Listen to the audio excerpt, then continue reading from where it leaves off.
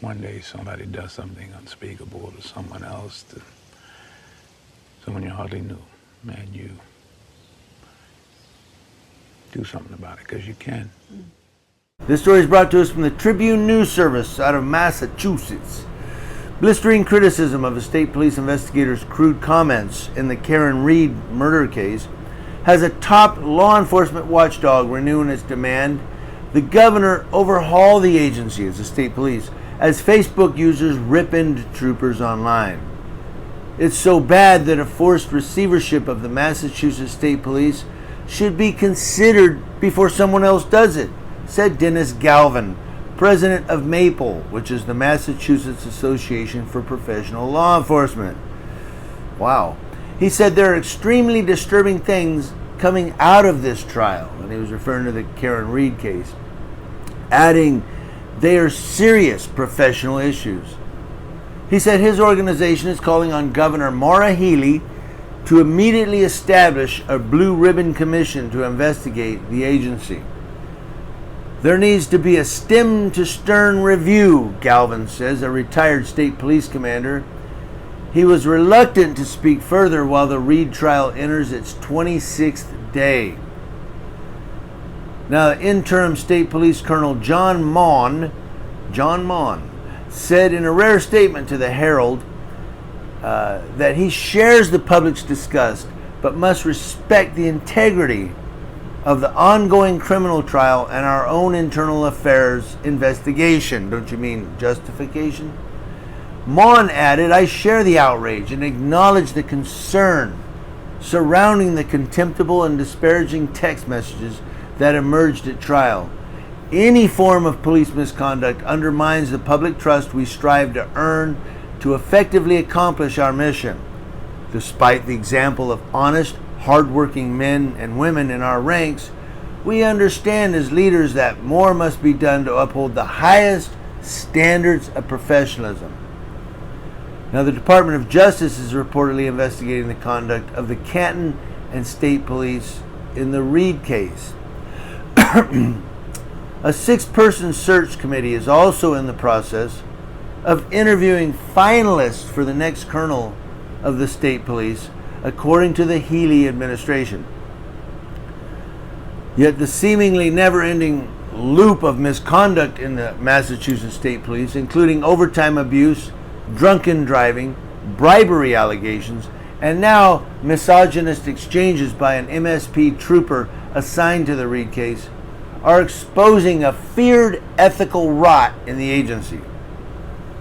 State Police Trooper Michael Proctor admitted on the stand last week to inappropriate and regrettable comments he made in text to friends and coworkers during his investigation into Reed, who was accused of killing Boston police officer John O'Keefe 2 years ago when she allegedly rammed her vehicle into him.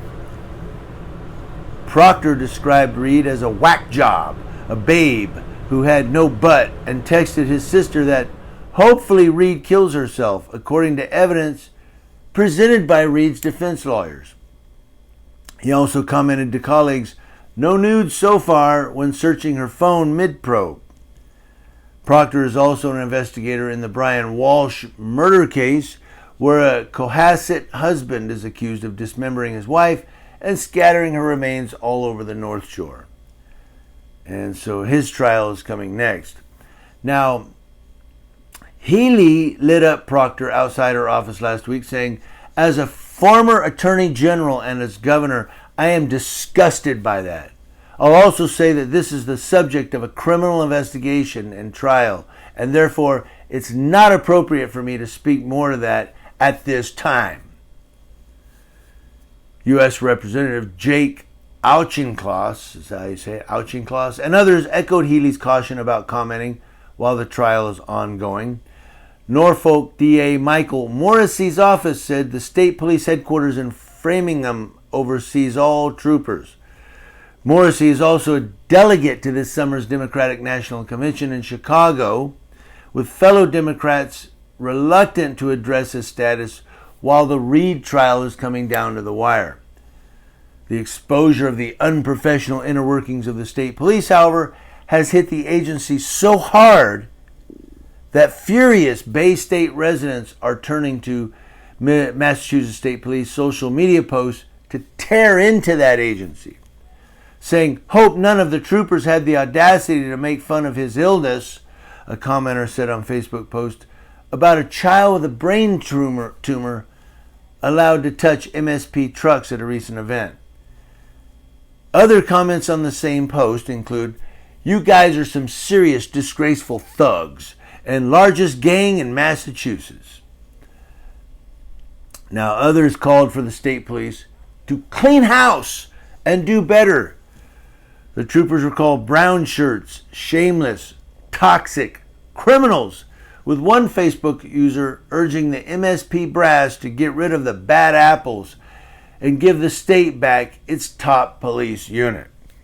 Yeah, well, the MSP does have a chance to redeem itself, a Facebook user said this weekend, with another saying, "You just risk being proctorized." I like that. The state police do use body-worn cameras, as a Facebook user wondered, but it is not clear if Proctor ever had one while he investigated the Canton murder of a BPD officer. Now, one law enforcement source said this is all going to get worse. Who runs the state? And there you go. I was waiting for someone to make a Proctor joke, and someone did on Facebook. They said he's about to get proctorized. I was waiting for that. But there's so many things to say in this article here. So many things to pull out. First thing is get rid of the bad apples. Once an apple goes sour in the barrel, it rots every other apple in the barrel. It is true. Once you get a bad apple in a barrel, that's it. You might as well just toss the barrel out, because it's going to just leak down and all the apples are going to go bad. Saying that. But I don't know if this is so much criminal as it is just unprofessional. I don't know, maybe there are some crimes in there. But then the next thing, alleged bribery, alleged drunken driving from state police officers, all these different things. It's no wonder they call them massholes. How about that? A state trooper named Proctor in a state where they're called massholes. Ha! Figure that one out. But enough of the Proctor jokes. No, I don't know if this is criminal or not. I'll let some of you YouTube lawyers decide. But when they can't be professional on duty, you're going to get these comments on your social media. And all the bootlickers and all the snowflakes can get upset and say, "Well, what's the matter? You guys must have a problem with the police." I have a problem with people being unprofessional and not being held accountable for it. That's the problem.